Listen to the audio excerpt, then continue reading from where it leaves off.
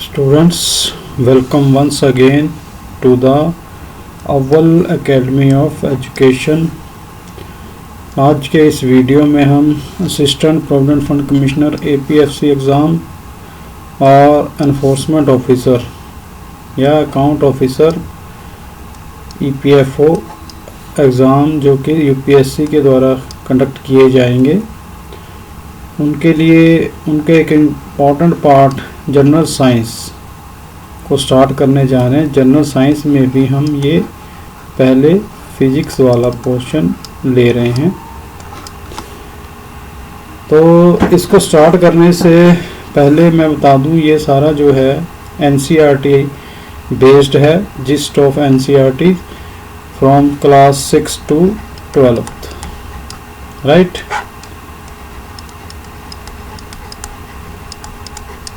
और आपको एक चीज़ और ध्यान में रखनी होगी कि ये जो UPSC के एग्ज़ाम्स हैं, इनमें जो साइंस वाले पोर्शन में NCERT का जो परसेंटेज है 6 से 12 तक लगभग 60% तक रहता है, राइट। तो उसके लिए हमें इसको थोड़ा जो है पढ़ना पड़ेगा। इसको अच्छी तरह कीजिए, प्रैक्टिस प्रैक्टिस प्रैक्टिस, रिवाइज। तो समय ना वेस्ट करते हुए चलिए आज हम स्टार्ट करते हैं। चैप्टर फर्स्ट है जो हमारा फिजिक्स का, और जिसका नाम है stars and solar system.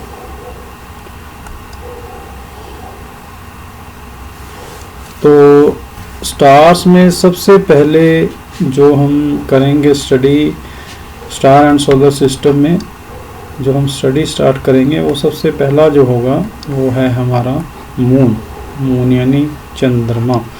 The moon is the brightest object. ये हमें पता है कि रात्रि के आकाश में जो सबसे चमकने वाली चीज़ है वो क्या है? Moon. The stars, planets and the moon, the stars, the planets, the moon and many other objects in the sky are called celestial objects। ठीक है, ये चीज़ आपने ध्यान में रखनी है। So the day on which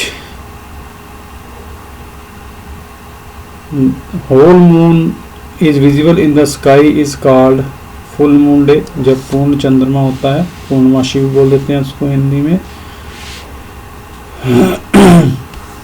तो उसके बाद वो हर रात को जो मून का साइज है appears to become thinner and thinner on the 15th day।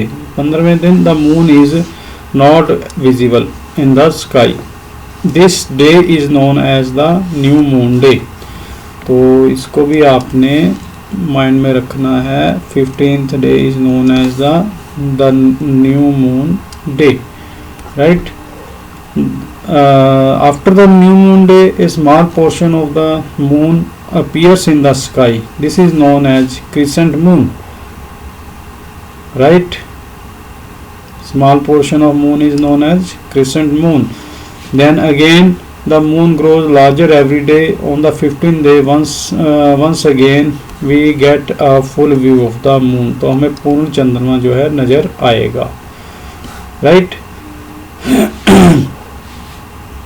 सो ये जो चंद्रमा की वेरियस शेप्स हैं हमें मिली, पहले थोड़ा आंशिक नज़र आया, फिर उससे ज़्यादा 15 दिनों में फुल मून नज़र आया।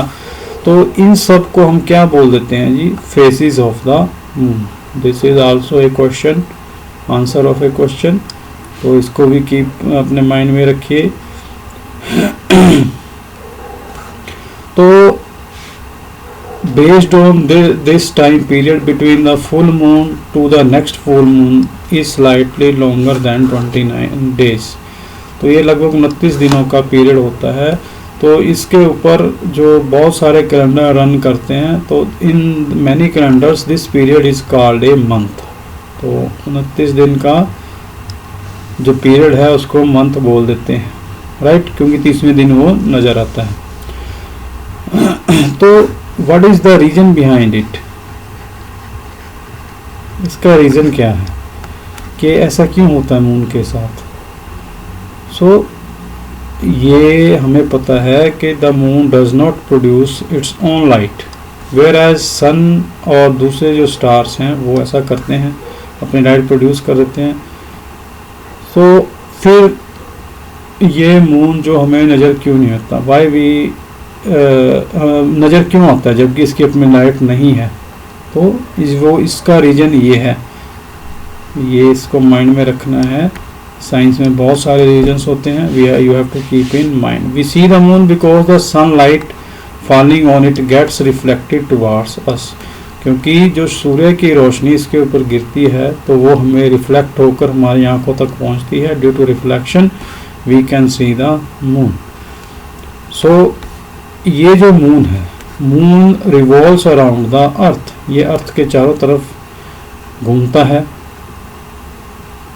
तो ये जो हमारी अर्थ है, धरती है, पृथ्वी है, ये मून के साथ सूर्य के चारों तरफ revolve around the sun, right. तो सदियों से moon is a fascinating object for poets and story tellers, बहुत सारी कहानियों का हिस्सा होता है, कविताओं का हिस्सा रहा है moon. But when astronauts landed on the moon they found that moon surface is dusty and barren। ये दूर से ही हमें चमकता हुआ अच्छा लगता है पर एक्चुअली ये डस्ट से भरा हुआ है और बैरन है, अनउपजाऊ धरती है इसकी।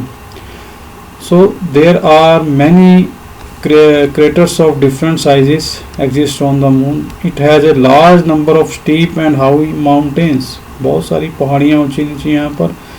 Some of these are as light as as high as the highest mountain on the earth, right? So the moon has no atmosphere and has no water, so there is no existence of life on it. Sound cannot travel when there is no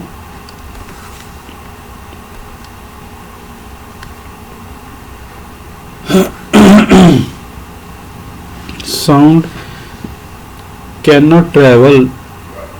तो sound जो है moon पर travel नहीं कर सकती। Why? Because there is no medium, यहाँ पे लिख देंगे आप, because there is no medium, क्योंकि साउंड को ट्रैवल करने के लिए मीडियम की नेसेसिटी है। सो यहाँ पर एटमॉस्फेयर नहीं है, सो देयर है वहाँ पर no medium exist at the surface of moon. So we can't able to hear any sound on the moon. तो साउंड पे हम मून पे हम कोई साउंड जो है नहीं सुन सकते। चलिए अब नेक्स्ट चलते हैं। उसके बाद आ जाते हैं जी मून का परिवार स्टार्स, सौर परिवार का एक हिस्सा स्टार्स। सो अब जैसे मून हमें चमकता हुआ दिखाई देता है क्योंकि उसकी अपनी लाइट नहीं है, ये सूर्य की रोशनी के रिफ्लेक्ट होने से चमकता है। सो अब जो स्टार हैं, स्टार क्यों चमकते हैं? Because they emit light of their own, right. ये मून और स्टार्स में डिफरेंस हो गया। तो sun also emit light of its own, so it is also a star, right. So sun is around 150 million kilometre away from the earth. सूर्य लगभग 150 million kilometre की दूरी पर है धरती से। The nearest star is Alpha Centauri, ये आपने माइंड में रखना है। The next nearest star is Alpha Centauri, सूर्य के बाद, राइट।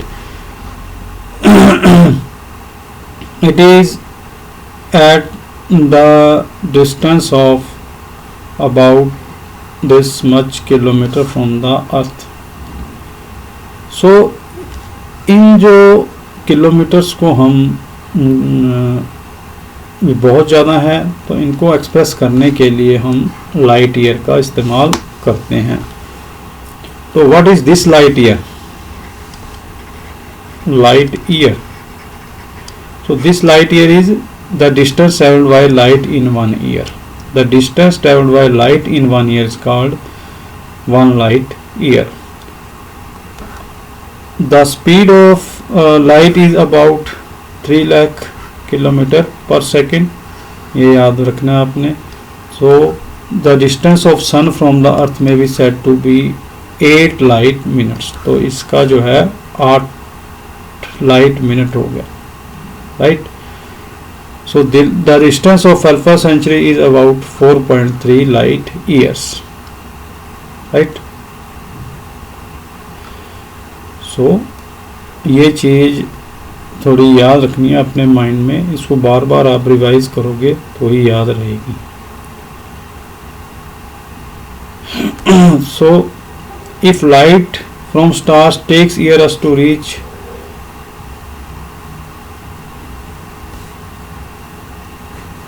तो इसमें से एक चीज़ आपने माइंड में रखनी है कि अगर ये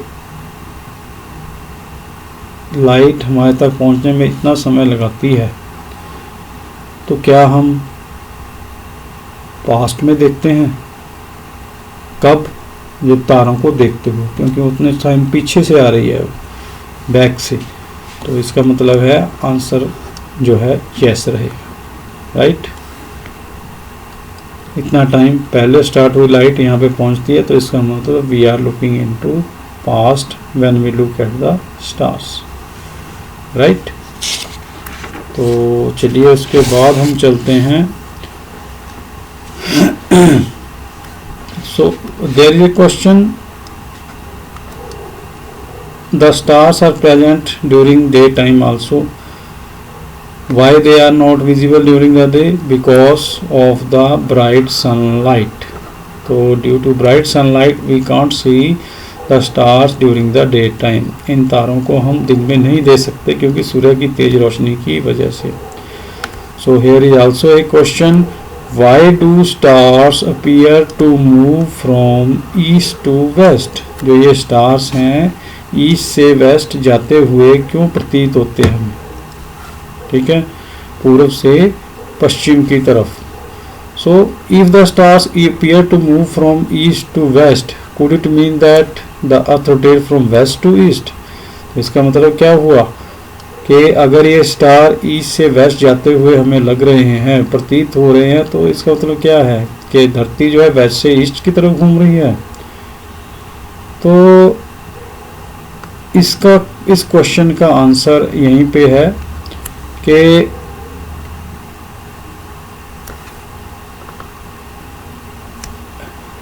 इसका मतलब हाँ है, क्योंकि धरती वेस्ट टू ईस्ट की तरफ घूमती है. इस धरती के वेस्ट टू ईस्ट घूमने की अपने एक्सिस पर, वेस्ट टू ईस्ट एक्सिस मतलब अपनी धुरी, अपने सेंटर पर वेस्ट टू ईस्ट घूमने के कारण ही the sun appears to us as rising in the east and setting in the west, right? So ये भी इम्पोर्टेंट पैरा है, इसको याद रखिए. और there is one star in the sky which does not move at all. How it is possible? Is it possible?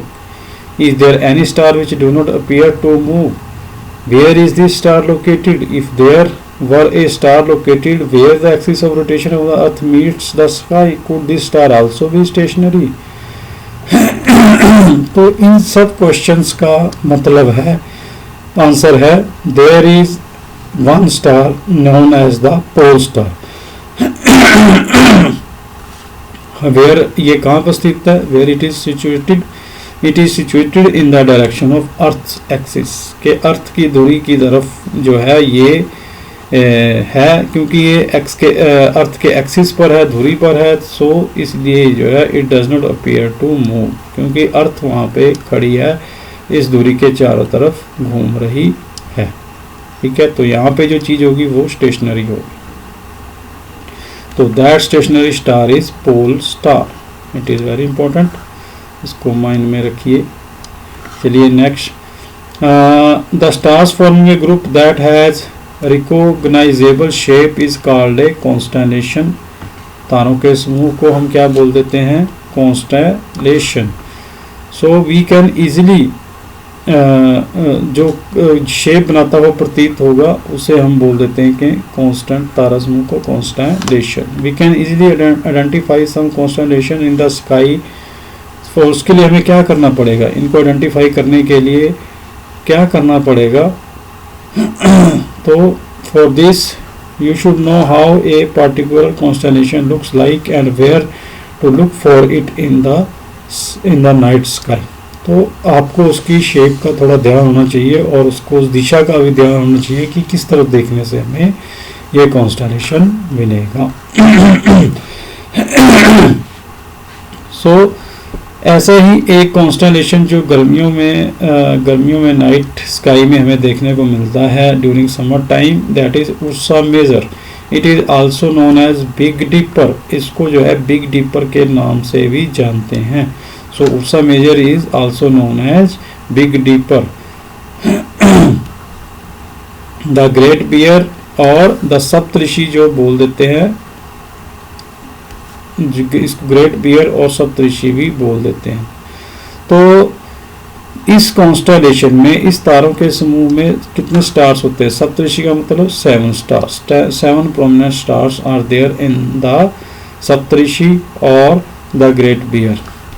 So it like it जो है आसमान में ये हमें एक बिग लैडर और एक क्वेश्चन मार्क की तरह जो है बना हुआ दिखाई देगा। इसके क्वेश्चन मार्क के जो हैंडल में है वो 3 स्टार होंगे और बाकी जो 4 हैं वो इसके जो है बाउल में होंगे। ऐसे 1 2 3 4 इस हैंडल में 3 होंगे, right. So all the stars appear to revolve around, क्योंकि पोल स्टार स्टेशनरी है तो इसलिए खड़ा है एक जगह पे, तो इसलिए जो सभी स्टार्स हैं they appear to move around the pole star. So pole star is not visible from the southern hemisphere। ये आपने यहाँ पे इसको नोट रखना है, ये इम्पोर्टेंट है। Which star is not visible from the southern hemisphere, right? दक्षिणी गोलार्ध से जो नहीं होता, नज़र नहीं आता, वो क्या है? Pole star. अब कुछ जो नॉर्दर्न कॉन्स्टेलेशन हैं जो नॉर्थ हिस्से में मिलते हैं, they like Ursa Major may also be not visible from the sun from some points in the southern hemisphere। southern hemisphere के कुछ बिंदुओं से जो है ये हमें नज़र नहीं आएंगे, राइट। उसके बाद जो अगला जाना पहचाना नाम है उसका कॉन्स्टेलेशन का, दैट इज़ ओरियन। सो ये ओरियन कब दिखता है हमें, ये ध्यान से रखने वाली बात है। ये विंटर में दिखता है द लेट इवनिंग, शाम के टाइम, सर्दियों की शाम के टाइम हमें दिखता है। और ये जो है एक बहुत बढ़िया कॉन्स्टेलेशन तारों का समूह है। इट आल्सो हैज 7 और 8 bright stars in it. Orion is called the Hunter. So Orion another name of Orion is Hunter। the 3 meter stars, इसमें जो है 3 meter stars जो हैं represent the belt of the hunter। मीटर star belt की तरह represent करेंगे और बाकी जो 4 स्टार्स हैं इन द फॉर्म में क्वाड्रिलेटरल। क्वाड्रिलेटरल मतलब चतुर्भुज के रूप में ऐसे दिखाई देंगे, राइट। तो सेंटर में बेल्ट दिखाई देगी। चलिए अब उसके बाद चलते हैं नेक्स्ट उसके ऊपर।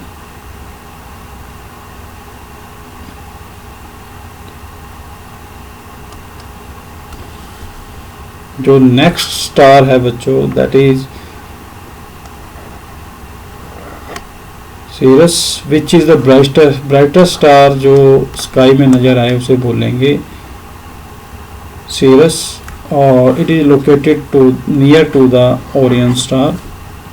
उसके बाद जो Cassiopeia is another prominent constellation in the northern sky. It is visible during winter. ये भी विंटर में हमें नजर आएगा during the early part of night. It look like a distorted letter W और M की शेप में हमें नजर आएगा। ये याद रखने वाली बात है, राइट।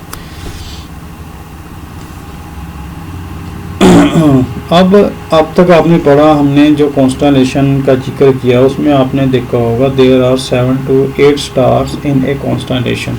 पर ये जरूरी नहीं है कि ये स्टार्स 5 या 10 के बीच में बहुत सारे स्टार्स का ग्रुप भी कॉन्स्टलेशन बनाता है, राइट। और इन ब्राइट स्टार्स को हम अपनी नेक्ड आई से भी देख सकते हैं। और ये भी जरूरी नहीं है कि ये सभी स्टार्स सेम डिस्टेंस पे ही हों, they are just in the same line of the sky, right. तो बच्चों ये था हमारा अभी तक फर्स्ट पार्ट जो किया है, मून और स्टार्स के बारे में पढ़ा।